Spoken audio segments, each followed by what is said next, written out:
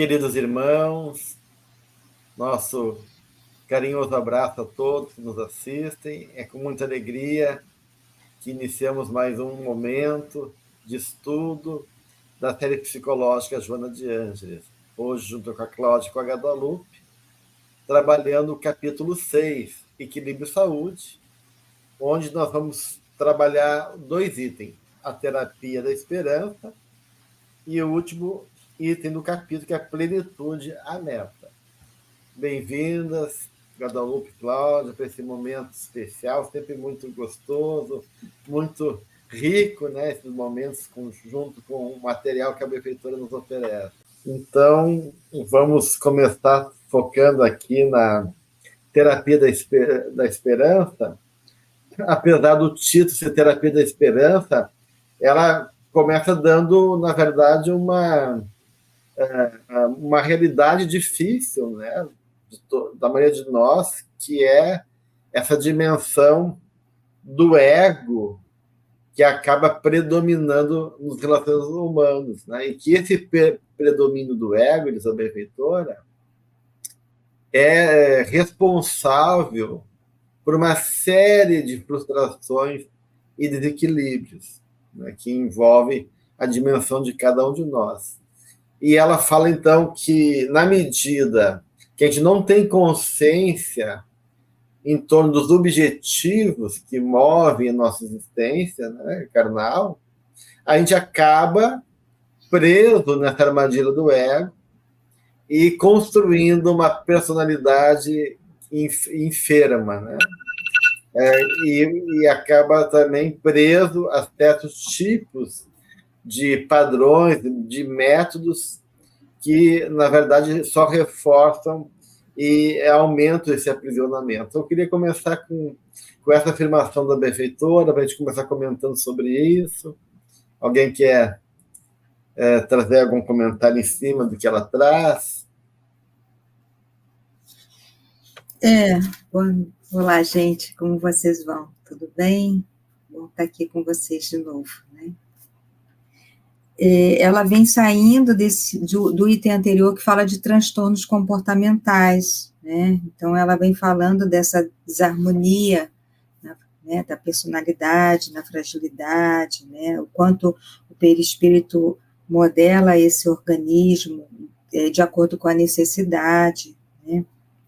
Então, ela vem falando desses transtornos comportamentais que são de responsabilidade do próprio espírito, né? E aí ela começa, achei tão interessante, assim, esse título do subitem, né, porque ela fala da terapia da esperança, né, e eu achei bem interessante isso, e fiquei, ao longo do item, né, procurando, né, a relação com essa esperança, né, e ela vai falando mais à frente, né. E então eu fico pensando que esse primeiro parágrafo ele também traz essa relação com esses transtornos, né, comportamentais desse espírito adoecido, enfermiço, né, que está desorientado, está bastante inadequado, né, no seu processo de autoconhecimento, né, de busca desse encontro consigo próprio, né. Então, esse primeiro parágrafo vem continuando, né, o raciocínio anterior, né, dessa necessidade de evolução moral, né, que ela vem trazendo todo esse desenrolar aqui, né, a necessidade de ter uma consciência lúcida, né, para que possa avaliar as circunstâncias da vida, avaliar aquilo que ele veio fazer, as dificuldades, né, que ele veio superar, né. Então, e aí ela vem trazendo essa coisa da máscara, né, dessa persona totalmente adaptada a uma realidade ilusória, fantasiosa, né, que está muito distante do que ele precisa, do que esse espírito precisa buscar, né. Então, ela vai falando dessa persona social muito inadaptada, né, que só se afasta, né, de si mesmo, né. Vai trazendo, e essa dinâmica é interessante, porque, de alguma maneira, vai colocando que isso faz parte de muitos de nós, e que muitas vezes a gente não percebe. Então, até aí tem uma esperança, que não é que ela traz, mas no sentido dela dizer assim, olha, né, isso acontece, nós precisamos olhar para isso, e a consciência lúcida, ela vem a partir da admissão de que realmente estão todas as moedas, toda a nossa personalidade ali em um só aspecto, um aspecto de uma persona, e como em outros momentos a gente já comentou, é interessante que se tenha um traquejo social, né? A questão não é essa, mas sim, social em geral, mas sim essa identificação com a persona. E ela vai, então, colocando, uma forma assim de olhar isso, colocando o indivíduo que está preso, enliado nessa dinâmica, num lugar onde há o que fazer, onde há como buscar a consciência lúcida.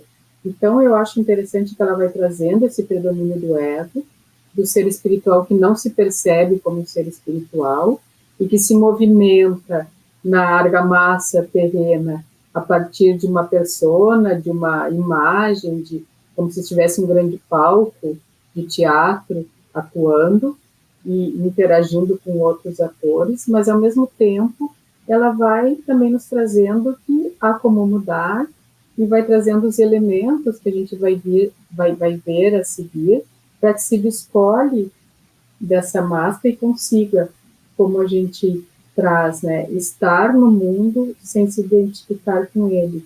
E através, então, dessa lucidez de consciência, realmente se utilizar desses aspectos da psique, que tem uma função, mas que não é o comando da nossa estrutura geral, né? Desidentificando e realmente tendo, então, não só uma utilidade no mundo, no sentido de servir ao mundo, mas se autoconhecendo e aí sim agindo dentro de uma perspectiva mais realista e não por isso menos interessante, pelo contrário, diferente do que o ser grudado identificava, grudado num aspecto de persona. Eu gostaria de me ocupar mais com essa questão do ego, porque é difícil chegar nessa lucidez. Tem uma série de questões desse ego prisioneiro da persona. Mas antes de entrar na questão desse ego, né, dessa que envolve, né, esse jogo de máscara, eu acharia bom avivar para as pessoas que não têm ainda familiaridade o conceito de persona, que o conceito de persona é um conceito trazido por Jung, que a Joana está usando aqui. Então, acho importante, acho, dar em pé de palavras o que seria a persona, né? Alguém de vocês poderia trazer uma ideia assim para o público? Qual é o conceito de persona? A persona é uma máscara, né? Aqui ela diz a fivela máscara. Então, assim, a persona veio desse conceito do teatro, que era utilizado uma máscara lá atrás, né, não tinha esse caractere de hoje que tem, né, já tem algum tempo, né, dos personagens se caracterizarem. Então, era colocado uma máscara e aquela máscara representava aquele papel. Então, a palavra persona vem daí, né, e a persona é sempre essa forma de se colocar no mundo, né, mas a persona social, como a Guadalupe falou, é importante, mas é importante que a gente não se deixe levar e vivenciar somente aquela personalidade, né? E não vivenciando o que nós temos dentro de nós, a nossa realidade, né? E assim, a persona, a gente fala que é uma coisa assim, útil, né? Por exemplo, se a gente está num trabalho, a gente coloca uma persona profissional, né, de exercício daquela profissão, né, e por assim vai, né, mas a gente não pode vivenciar um papel falso o tempo todo, né, que é isso que a mentora está falando aqui, né, que a gente se investe daquele papel, né, a pessoa se investe daquele papel e ela vivencia aquilo, mas ela está muito distante de quem ela é, né? Então, ela traz, assim, pessoas que, por exemplo, são observadas como triunfadoras, né, que triunfaram na vida, para aquele, né, na visão daquela pessoa, tiveram sucesso, então elas são imitadas, né? Mas então ela vive uma falsa personalidade, né? Uma falsa imagem, persona daquela, que não é aquela outra, né? Então, assim, se a pessoa pensa que ela teve sucesso e pode se sentir bem-sucedida, mas não como a outra está pensando. Cada um tem as suas prioridades, né, a forma de se colocar no mundo. Então, é isso, né? Interessante isso, né, Cláudia? Porque realmente a persona, esse é arquétipo da adaptação, né? Ou seja, a persona nos dá, é uma extensão do ego, né? Como essa roupagem, né, que a gente usa para se adaptar ao mundo externo, ao mundo social, à cultura. E às vezes essas duas coisas se confundem, né? O ego se confunde com a persona, né? E muitas vezes persona e ego se tornam uma coisa só, né? Limitando a nossa individualidade, como a Benventura nos coloca. Até porque, de uma certa maneira, a nossa experiência do ponto de vista egóico é sempre parcial. Até não podemos ter consciência de todas as coisas que experimentamos ou de tudo que os sentidos registram, né? Então, há uma tendência de parcialidade já no nosso ego. E se há uma imaturidade da nossa parte, né, em nome das necessidades que a gente infantilmente fica preso, né, porque, de uma certa maneira, nós, enquanto condição humana, criamos, então, esse ego que fica mascarado nessa persona idealizada, mas, no fundo, a gente enfrenta uma série de desafios da nossa falta de conhecimento próprio. A negligência conosco mesmo, esse idealismo infantil na crença desse ego onipotente, que acha que pode dar conta de tudo, o medo de recusa em crescer, ao mesmo tempo a onipotência desse ego, o medo da mudança, há muitas vezes a fixação no passado. Então, de uma certa maneira, esse ego parece estar no comando, né? Ele está no comando, mas, no fundo, ele teme, e ele não quer se confrontar, né? Então, até porque a consciência, a maior é a consciência do espírito, e os movimentos que vêm do inconsciente não estão sob o controle do ego. E isso faz com que o ego, de uma certa maneira, fique, de uma certa forma, defensivo. E nessa estreita visão de mundo que o ego muitas vezes cria para ele mesmo, ele busca coisas muito básicas, que a Joana coloca aqui: a segurança, a dominação, a evitar conflito, a dor, e isso faz com que ele, de uma certa maneira, perca o significado, como a Joana coloca, e os valores da alma fiquem, de uma certa maneira, à margem, né? Prisioneiro dessa consciência coletiva, desse jogo de interesse do mundo, da qual ele faz de conta que é, né, a razão da felicidade, mas que só gera vazio, segundo a benfeitora. O Divaldo trabalha isso de uma forma muito bonita, com certeza deve ter no canal da Mansão, do Cavaleiro Preso na Armadura, né? Toda essa dinâmica do quanto isso pode realmente atrapalhar uma vivência mais interna, mais relacional, e sem que se perceba.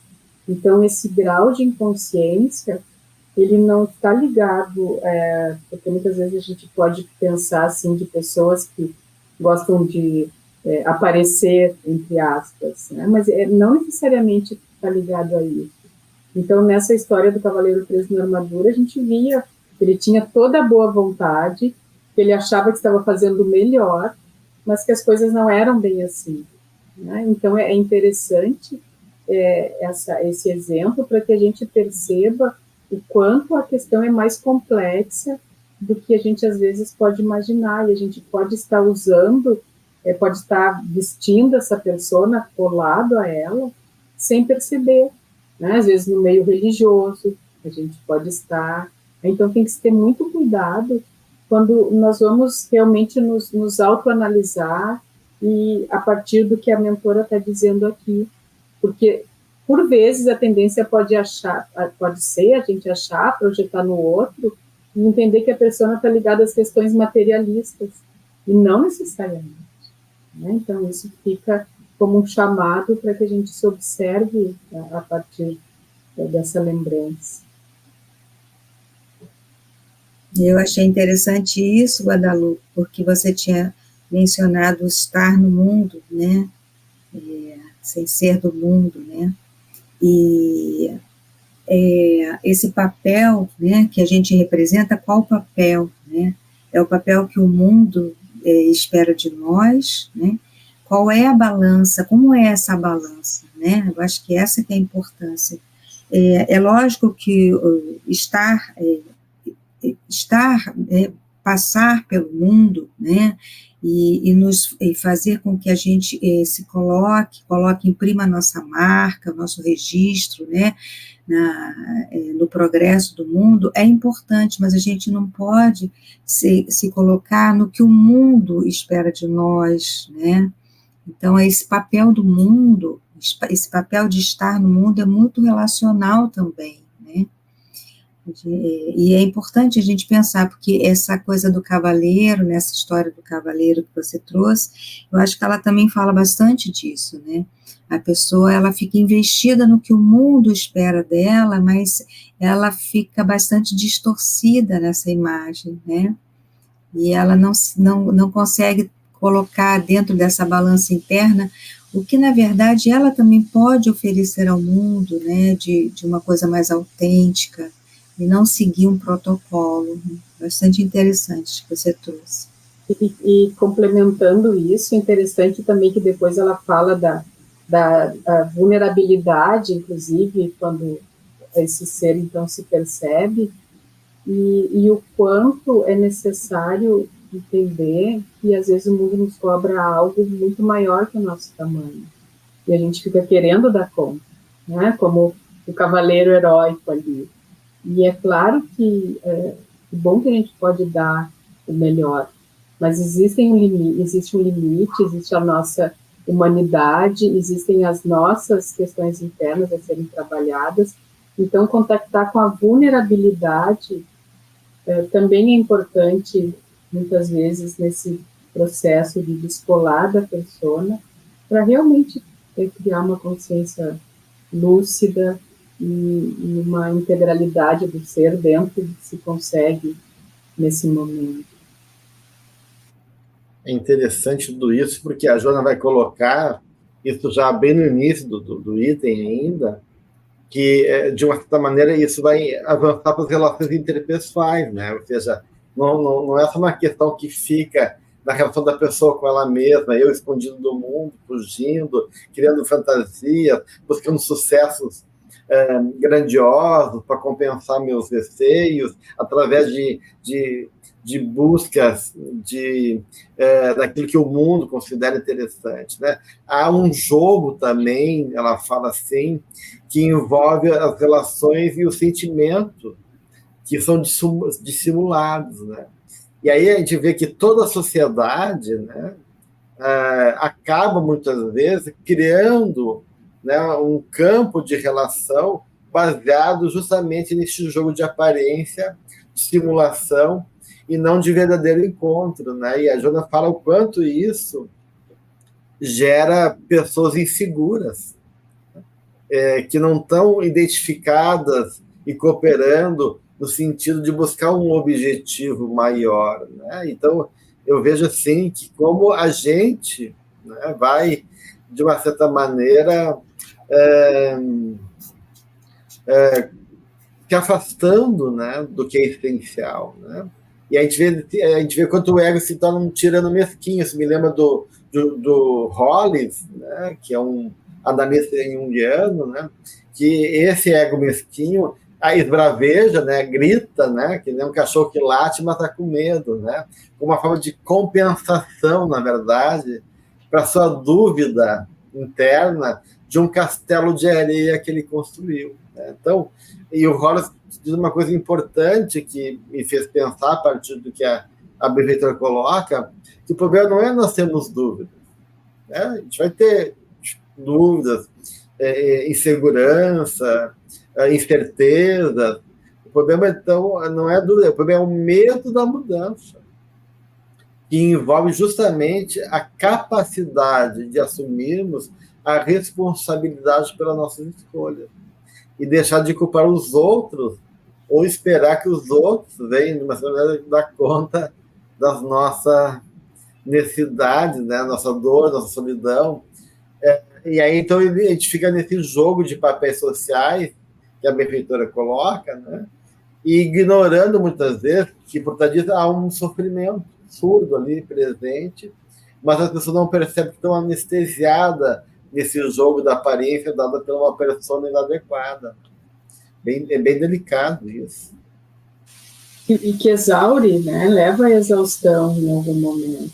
Né? Então, isso também é algo. E aí a pessoa, como está fazendo, prefere se exaurir do que passar pela insegurança de algo que tira da zona de conforto, né? E acho interessante, passando a palavra para a Cláudia, para a Gelson, mas como a mentora traz a importância do bom humor para mudar esses padrões.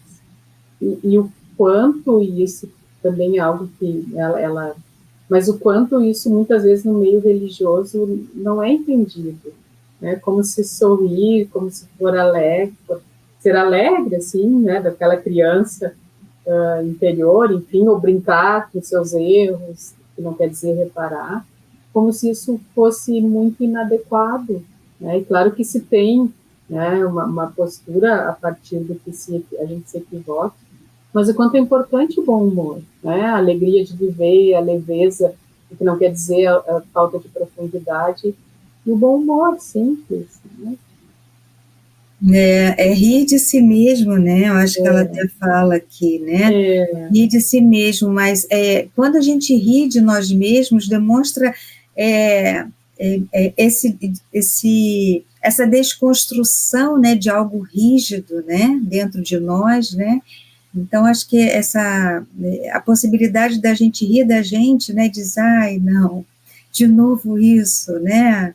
E rir de si mesmo que escorregou novamente, por exemplo, né, é importante, né, porque desconcerta algo dentro de nós e nos tira desse lugar de soberania, né, de uma coisa assim, muito grandiosa, inflada, que não é possível nem cometer nada, nenhum deslize, né, enfim. Eu acho que é interessante mesmo isso, né, isso ele causa desconcerto, né, e traz um lado saudável dentro de nós, né? Ele possibilita, né, que seja provocado esse lado saudável. Né? E tinha uma coisa assim que eu fiquei pensando também, depois que voltando no Cavaleiro, né, Guadalupe, né, o Cavaleiro acho que me enlaçou. E voltando nesse Cavaleiro, né, tem também aquelas pessoas que ficam crentes acreditando, né, que naquele papel, naquela missão que tem que exercer, e a gente sabe muito bem que há outras missões, né, igualmente importantes, né, por exemplo, a missão na própria família, né, estar na família, né, dar atenção, né, à família, estar com a família, é muito importante. Não tem pessoas que ficam muito voltadas para fora, né, até para um bem-estar geral mesmo, né, de tarefas, né, para fora, mas volto a dizer, né, a importância de ter uma balança interna, né, e da gente poder gerenciar, né, eu estou muito extrovertida, né, então, será que eu preciso introverter um pouco e olhar para o meu entorno, né, e ter um tempo de reflexão comigo. Então, eu fiquei pensando sobre isso, nessa coisa do papel também, né? Do papel social que muitas vezes sufoca, né? De uma certa maneira, né, Cláudia, isso também tem a ver com o item seguinte, que das metas que a gente vai estabelecendo em vida. Mas antes de chegar nas metas, eu fiquei pensando nessa fala aí do rir de si mesmo, né? Do quanto realmente a Joana fala da proposta de retirar o personalismo. E tirar o personalismo não é agredir, agora você, o que eu sou, azar do mundo, né? Mundo que me aguente, porque agora eu vou ser verdadeiro. Não é isso que a Joana está falando, né? Tirar o personalismo, na verdade, né, é realmente ter uma relação honesta conosco mesmo. Né? E esse rir é isso que ela falava de aceitar que eu não dou conta de tudo, né? Então, porque tem certas coisas na vida, né, que nós, enquanto ego, vamos ter que lidar invariavelmente, né? A gente vai ter que lidar com medo, com traição, com abandono, com solidão, com culpa, são coisas que é o nosso feijão com arroz, ou seja, são questões que diz respeito à grande maioria de todos nós, se não todos esses elementos, pelo menos alguns deles. Né? Então, a maturidade que ela propõe aqui, na medida que a gente tira o personalismo, não implica evitar sermos abandonados. E sim, porque isso vai acontecer. Não precisa ter medo disso. Mas sim, evitar nos abandonarmos. Né? Há algumas ilusões. Né? Então, se a gente não conseguir suportar, né, de maneira inteira, né, as pessoas de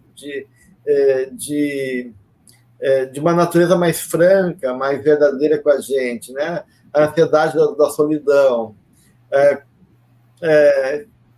como é que a gente vai criar essa terapia da esperança? A terapia da esperança que a Joana propõe aqui, justamente esse movimento onde novos horizontes se abrem, né, para nós, à medida que a gente pode reconhecer que a gente pode existir independente dos outros, apesar de precisar da relação humana, a gente não vive sem relação, mas que a gente pode suportar nós mesmos e dar conta da gente sem essa máscara, né? Então, ela está realmente abrindo aqui, né, essa possibilidade, olha, tem uma dimensão muito mais bonita, mais rica, que não é tão difícil. Difícil mas não é tão, mas é simples, né? Ou seja, vamos quebrar as ilusões, vamos começar por aí, né? Porque há esperança, há um convite do Pai, há um convite da vida em favor de algo maior. Acredite nisso, acredite em vocês, acredite no que a vida pode oferecer. Então, vamos quebrar essas máscaras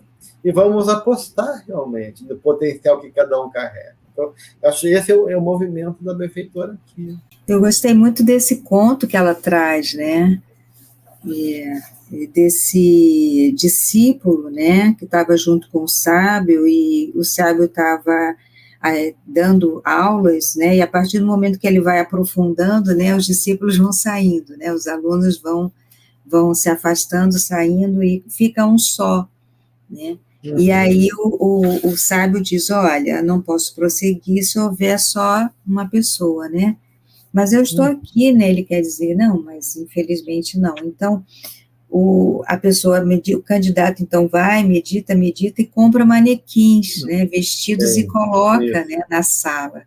E o sábio fala assim, todos esses bonecos são incapazes de me entender, são apenas bonecos, né?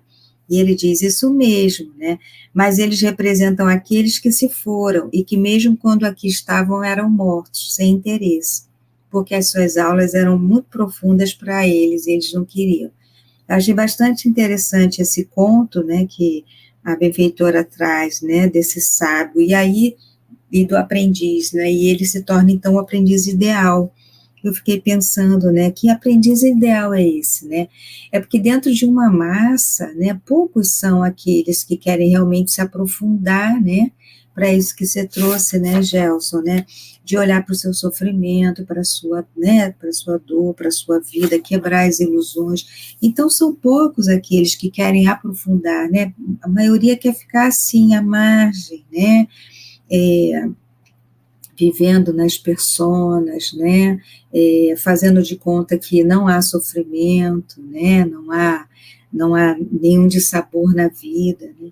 E aí esse conto, ele diz isso, né, que né, representa aquele que realmente quer mergulhar, né, e eu achei também interessante, assim, a perseverança desse aprendiz, né, ele deseja mesmo, né, e ele vê que aquilo é uma oportunidade, e aí fiquei pensando no título, né, que é a terapia da esperança, né, então ele viu aquilo como uma grande oportunidade, não desanimou, mas eu penso também que a esperança está nisso, né, quando esse exemplo desse aprendiz se reverbera e se multiplica, né, então, aí está uma esperança, né, de um multiplicador, né, que possa favorecer, né, esse caminho de ensino, né, de profundidade na vida, né, de mergulho, né. Ao mesmo tempo é uma meta, né, porque a Joana vai dizer no item da meta que todo homem e mulher de responsabilidade, né, criam metas para si, né, tem metas que ajudam a sustentar esse caminho, e esse aprendiz também tinha essa meta, não, eu quero seguir em frente, eu não vou desistir disso, né? E ele foi lá, insistiu e convenceu, né, o mestre a acolher ele e continuar, então, ensinando aquilo que ele tinha para oferecer. Então, aí também tem a questão da meta, né? A pessoa comprometida com uma meta de crescer, de aprender, de se instruir, né? E essa questão simbólica, mas também que está ali junto, quando tu tem uma meta, tu tem um direcionamento, as saídas criativas aparecem. Né? Então, ele não foi lá, veja bem, eu quero, né?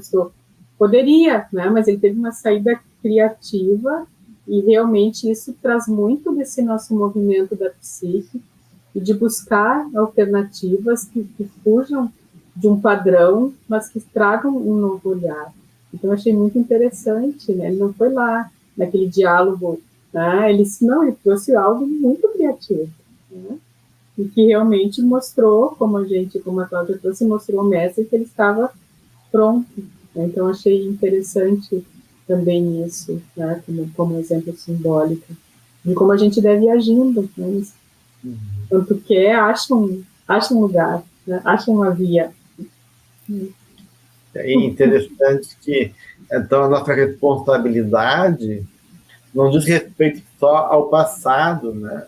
Mas também às minhas potencialidades. Então, de uma certa maneira, essa terapia da esperança que a Joana propõe, realmente ela está completamente vinculada ao compromisso dessas metas que envolvem, de uma certa maneira, justamente a responsabilidade, o acreditar, o investir nas nossas potenciais, nossas possibilidades internas. Né? E por isso que ela vai dizer e a Cláudia comentou isso, de ter esse equilíbrio, né, de ter várias metas, né, a Joana vai falar que nesse movimento, né, de busca, né, de um patamar da experiência da vida que nos desafia, o homem tem que ter várias metas sociais, familiares, educacionais, espirituais. Ela vai comentar cada uma delas, da importância de ter realmente vários movimentos que possam nutrir a nossa vida. E aí, assim, sim, Cláudia.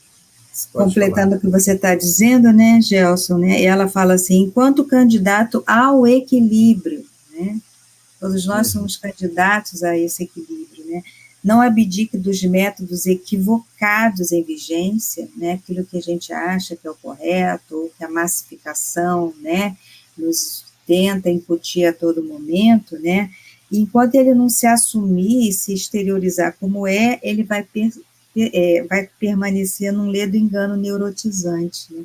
Então, é a necessidade realmente da gente sair desse lugar de repetição, né? Esse lugar de padrão, né? de aceitabilidade, né? Do que esse mundo social e materialista, né? Esse mundo arrumadinho deseja de nós, né? e a gente se assumir enquanto pessoa, né, enquanto indivíduo particular, único nesse processo. É aquela coisa da gente limpar o terreno, né, isso é bom para mim, isso não é, né, isso diz respeito ao que eu quero ser, né, não, isso não diz respeito, mas é um caminho bastante trabalhoso, né, a gente sabe disso, né, dessa identificação, como ela diz, dos objetivos da vida, né, de buscar autenticidade, né, e quanto, muitas vezes é difícil você se colocar de uma forma autêntica, né, porque o mundo, a sociedade, parece que fica nos puxando para um outro lado, né, e tem muito conteúdo sombrio também, nosso projetado, né, nos outros, que também nos afetam. Então, é um caminho bem trabalhoso, né, é o que Jung fala da opus, né, a opus, o trabalho, né, para a gente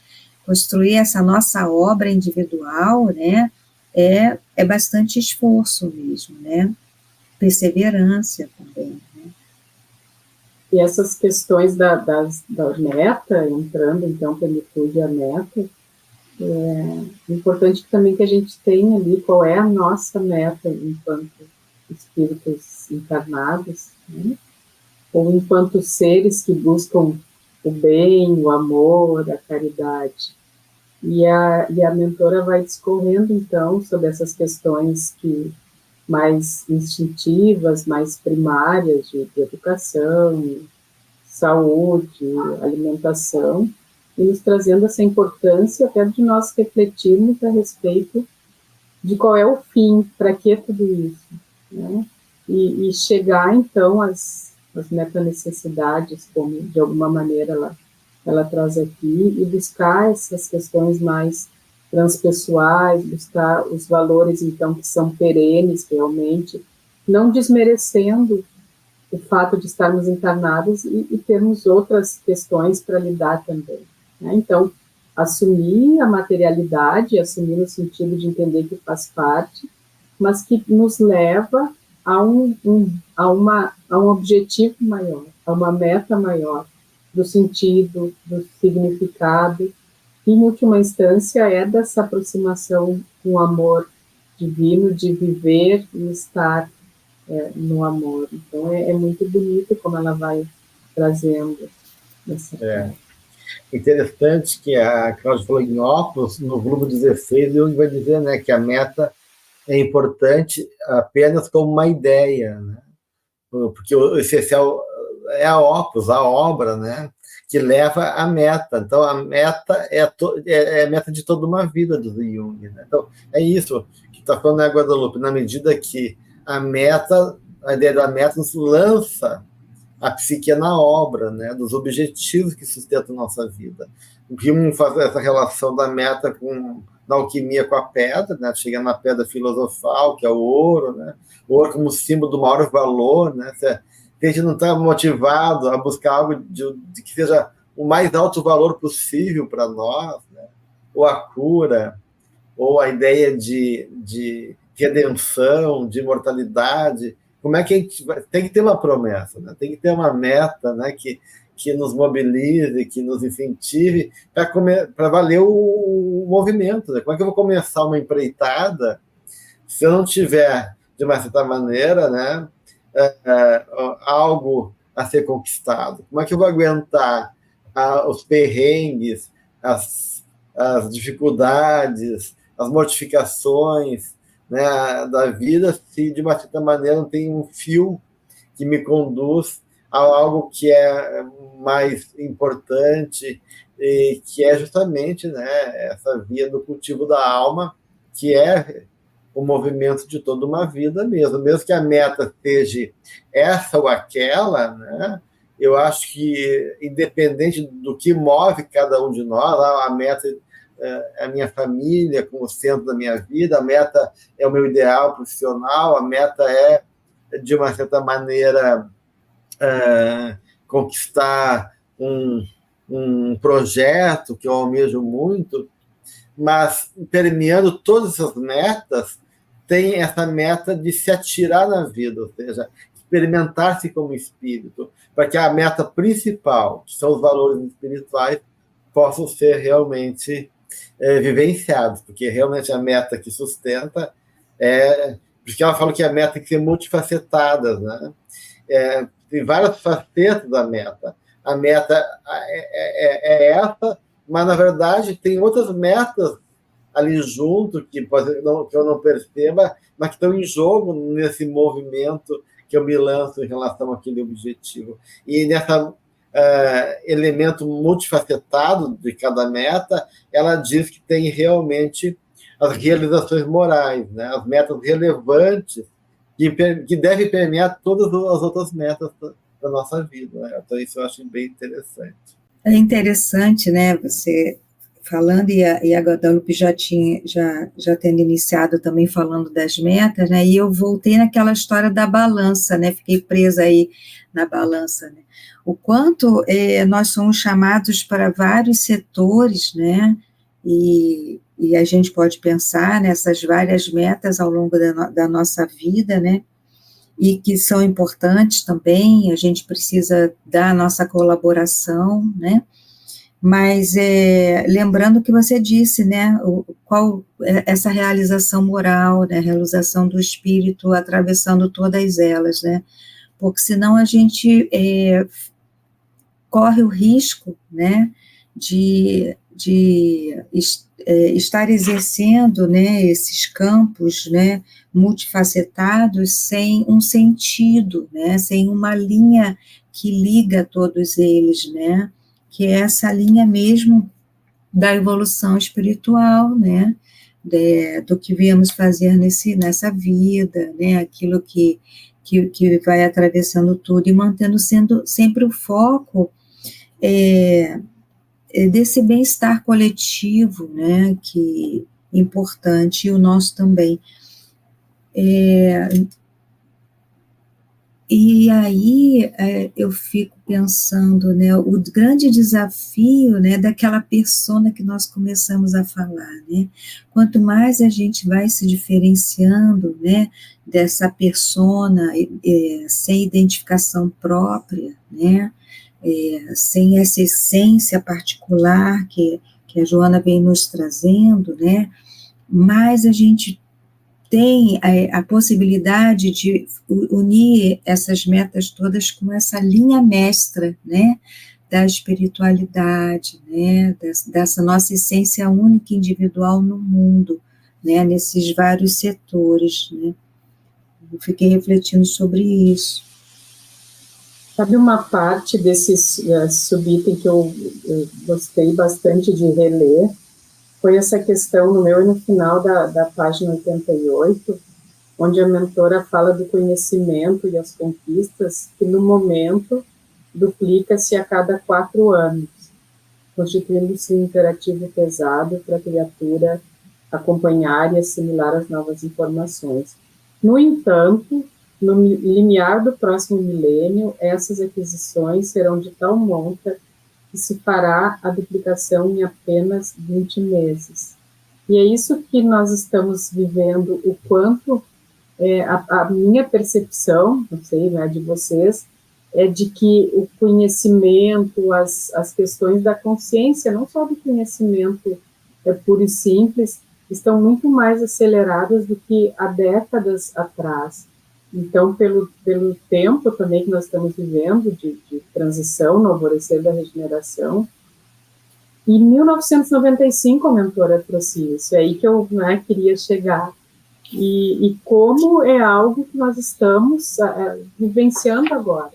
A rapidez, não só a rapidez no sentido que Bauman traz, né, de uma realidade líquida, enfim, mas a rapidez de tudo, do conhecimento, enquanto sabedoria, enquanto aquisição espiritual, enquanto mudanças em geral. Então, achei muito interessante, se nós vamos ver a data que foi escrita e o momento que nós passamos. Achei bem interessante isso aí, ainda não tinha acontecido o estado pandêmico, né, que também houve uma aceleração grande, né, por conta de todo aquele sofrimento, né, toda aquela incerteza que provocou, né, a interiorização, o recolhimento, né, e eu achei também bastante interessante, Guadalupe, foi olhar também a data, né, e vi, nossa, né, talvez nem sejam mais esses 20 meses, né, talvez isso nem seja muito menos do que a isso. A impressão é que é menos, mas independente disso, né, porque também já se passaram, né, é muito interessante o que nós temos de informação, né? Então nós estamos lendo em retrospecto, algo que foi escrito em 95, mas o quanto isso também, expandindo um pouco a nossa conversa de hoje, me chama, né, e eu convido quem nos escuta, a reler o que é mais recente, com os olhos de entender que estamos trazendo informações muito mais valiosas do que a gente consegue perceber no sentido de nos direcionar, de realinharmos as nossas metas, mesmo que a meta também seja o caminho. Então, isso é de um cuidado, de um amor para conosco, realmente tocante. É que todo o convite da benfeitora é justamente a gente reconhecer, e isso ela vai falar em alguns momentos da obra dela, que o comportamento é o resultado, né? Ou seja, ele é fruto do posicionamento da nossa consciência aqui e agora. Como é que eu reajo, como é que eu lido, reflete quando o comportamento, o uso que eu estou fazendo dos recursos e da minha capacidade de síntese desse estágio que eu cheguei, né? Então, a meta, de uma certa maneira, são esses projetos, né, que de uma certa forma, ela lista aqui, né, as metas humanas, seja em que área da vida for, mas a meta, acima de tudo, é nós. Na verdade, essas metas servem para nos devolver para nós mesmos. Por isso que a pedra na alquimia, né, quando os alquimistas pensam na pedra, a pedra é a matéria, mas a pedra é o próprio alquimista que está sendo lapidado. Nós somos a pedra de Deus, né? A obra divina que vai, em algum momento, resplandecer em beleza. E a vida, né? A luz que habita em mim, né? Vai irradiar, né? Então, essa pedra está viva, né? Ela emite luz, assim como a pedra, quando ela é polida, ela emite luz, né? Ela tem viço, ela tem brilho, né? Nós como pedra também, né? Somos desafiados a liberar a nossa luz. E então é pedra versus pedra. Então essa meta são as pedras que a gente deve conquistar, mas que confrontam e desafiam e resistem, né, a nós, para que a nossa natureza também emerja naquilo que a gente tem de melhor, né, e possa, de uma certa forma, favorecer a conquista desses valores eternos, né? E aí a gente pode fazer toda uma relação das metas, né, com a própria ideia, né, dessas pedras valiosas, com a própria pérola, né, que é aquele naco arenoso, sem valor, que fica incomodando, né, e que na medida que a gente vai vivendo e suportando aquela realidade no interior da profundidade da nossa alma, né, e vai elaborando, aquilo vai ter revestido de algo especial até chegar numa condição que é pérola, né? Algo que se transformou ao longo do tempo, né? Que depois tem que ser liberada, extraída, né? E trazida à superfície, né? Para que ela possa realmente ser reconhecida no seu valor. Então, eu acho interessante que essa ideia da meta que a benfeitora coloca, né? Ela dá muita margem para reflexão, né? E nos leva ao processo da meta maior, que é justamente, né, a de se renovar, né? Porque ela vai dizer, né, mas logo em seguida que tu leste, né, que aquele que não se renove e não se adapta ao processo de evolução ficarão ultrapassados permanentemente, permanecendo obsoletos, ela diz, né? Então, não adianta, né? O movimento da vida é esse, é nos atirar para que a gente possa ser cozinhada na experiência emocional da vida e ser transformado com ela. Eu achei interessante, né, no que vocês estão trazendo, porque ela menciona a coragem, né? Ela fala que faz necessária coragem para que a gente se recicle periodicamente, né? É importante essa coragem. E ela também fala um pouco antes da quebra de paradigmas, né? Da renovação de paradigmas, né? E a gente pode pensar no que a Guadalupe trouxe, né? O conhecimento sendo atualizado, ele vai quebrando paradigmas antigos, né? Mas a gente pensa, o que eu fiquei pensando também, é nos nossos próprios paradigmas, né? Aquilo que já está obsoleto dentro de nós, é que a gente vai e muda, né? Passa a deixar aquilo para trás e olhar de uma forma diferente, né? Que tem a ver com essa obra, né, Gelson, que você falou, né? Dessa nossa obra particular, né? Então, foram duas coisas também que me chamaram a atenção, a coragem para mudar, porque em muitos momentos é necessária coragem, né, a gente sabe que sair daquilo, muitas pessoas assumem, né, adotam uma atitude bem diversa do que estavam vivendo até então, né, por exemplo, exemplos básicos, às vezes a pessoa muda o emprego, né, deixa aquela coisa certa e séria para uma outra coisa que diz a ver com ela, é um sonho, né, tem a ver com a sua essência, muda o estilo de vida, né, pessoas que desfazem um relacionamento, porque aquele relacionamento já está esvaziado, né, e se lançam para uma vida diferente, e por aí vai, né, pessoas que voltam a estudar, né, às vezes a gente vê pessoas que voltam aos bancos escolares, né, de universidade, que já passaram, né, bastante décadas. Então, eu acho assim, que a gente está sempre quebrando alguns paradigmas, né, que não cabem mais dentro de nós, para a gente poder avançar e ir se reciclando, né, enquanto pessoas mais inteiras, né, nesse caminho da plenitude que ela vem nos ensinando aqui, né.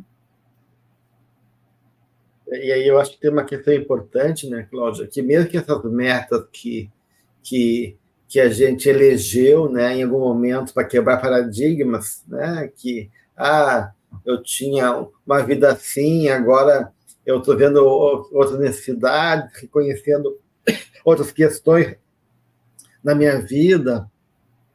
Isso não tem a ver necessariamente com resultados. Claro, a gente tinha sempre resultados positivos, mas se a meta é nós, acima de tudo, né? Puxa, investi tanta energia naquele projeto e não deu certo. Não deu certo o projeto, mas deu certo você, porque tu trabalhou, tu se disciplinou, tu investiu, tu amadureceu, então deu certo sim. Porque, na verdade, né, a gente tem que também relativizar um pouquinho isso, porque a Joana fala dessas metas imediatas, né, que são estimuladoras para a existência corporal. Essas estão aí, né, vão em passo, né, mas quando acrescidas pela identificação com a consciência cósmica, permanece como força propulsora para o progresso sem limite, que é a meta maior. Então, mesmo que a meta imediata não foi recompensadora, num certo sentido, mas se a gente está aliado a essa dimensão mais profunda da vida, puxa, tudo aquilo que eu movi, eu aprendi, eu amadureci, então, puxa, deu certo, né? Porque eu me transformei, né? Eu saí melhor a partir daquele projeto. Que a gente não percebe, às vezes foca, como tu está trazendo, foca na meta ali mais material e fica achando que as coisas deram erradas, e de novo lá adiante percebe o quanto aquele movimento, que naquele momento nos frustrou, porque não era como a gente imaginava, nos levou a um lugar muito melhor e muito diferente do que a gente esperava, né? Então, como também tem que ter esse jogo de flexibilidade em relação ao que está acontecendo, e como o Gelson está muito bem trazendo, nem sempre a gente percebe no momento. A gente acha que deu errado, mas o crescimento pessoal, ele às vezes é visto muito tempo depois, né? Então não deu errado. Né? No mínimo, como diz a mentora, o erro é uma forma de não mais proceder, né? Mas muitas vezes nem é uma questão de erro, é uma questão de não perceber que o caminho estava se fazendo e que a gente se frustrou porque não era como a gente queria, mas era melhor para nós. Né? Também tem uma robustez, né? A gente vai encorpando, né? Então, mesmo que não seja aquilo, né, que a gente esperava e buscava, enfim, mas como o Gelson disse, né, e você está trazendo, Guadalupe, né, a gente vai aprendendo com isso, né, então eu penso que a gente vai encorpando, né, e ao final da vida, né, mesmo que a gente olha para uma pessoa idosa e ela vai ficando menorzinha, né, mas o que se espera é que o ego dela seja robusto, né, forte, né, o suficiente forte para que ela possa olhar para aquela trajetória toda e dizer assim, poxa, cresci, né? Tô murchinha, tô pequititinha, mas cresci, né? Essa é a meta, né? Da gente robustecer, encorpar a nossa, né, proximidade com o self, né? E ela termina de maneira muito linda, né? Esse capítulo. Achei assim, maravilhoso como ela fecha, né? Vale a pena ler aqui. E somente aqueles que se libertam e amam após atravessarem as dificuldades e ultrapassarem as metas iniciais do processo terrestre, social, familiar, pessoal, permanecendo voltados para o bem geral e transformados interiormente, assim como iluminados pela chama da imortalidade, nela mergulhados pela própria causalidade, fluirão de real plenitude, que é a meta essencial. Então é isso que a gente está falando, né?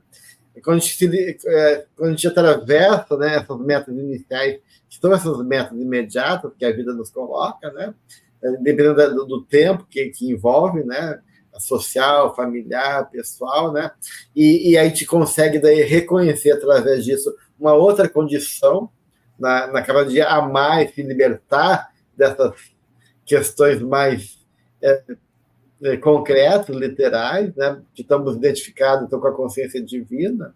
Então, a gente realmente centrou nossa vida na meta essencial, que é justamente essa plenitude e o despertar dessa dimensão divina em nosso ser. Né?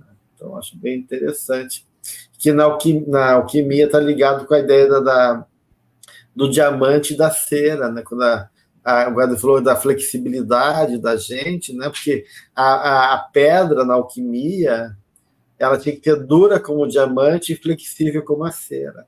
Então, essas duas qualidades da pedra, né? Então, essa dimensão mais oleosa, mais tenra da pedra, que sabe se adaptar e ser criativa e poder aceitar a realidade, que se afeta, né? E consegue, de uma certa maneira, não ser dura e inflexível, né?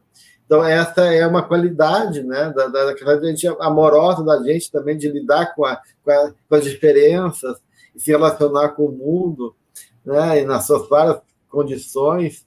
Então, esse é o aspecto da cera. E a dureza do diamante é, de uma certa maneira, da gente reconhecer o diamante como a pureza, né? A pureza, que são os valores espirituais, né? Então, a gente é maleável como a cera, mas não se deixa influenciar pelas coisas do mundo, né? Ou seja, né? A gente é fiel ao nosso compromisso com os valores divinos, né?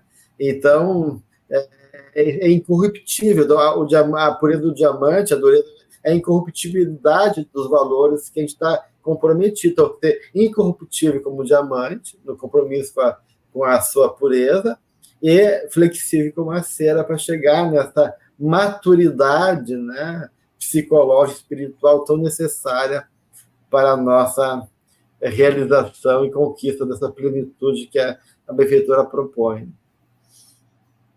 Bonito, né, esse final dela, né, gente? Muito bonito. Bonito também essa imagem, né, do diamante.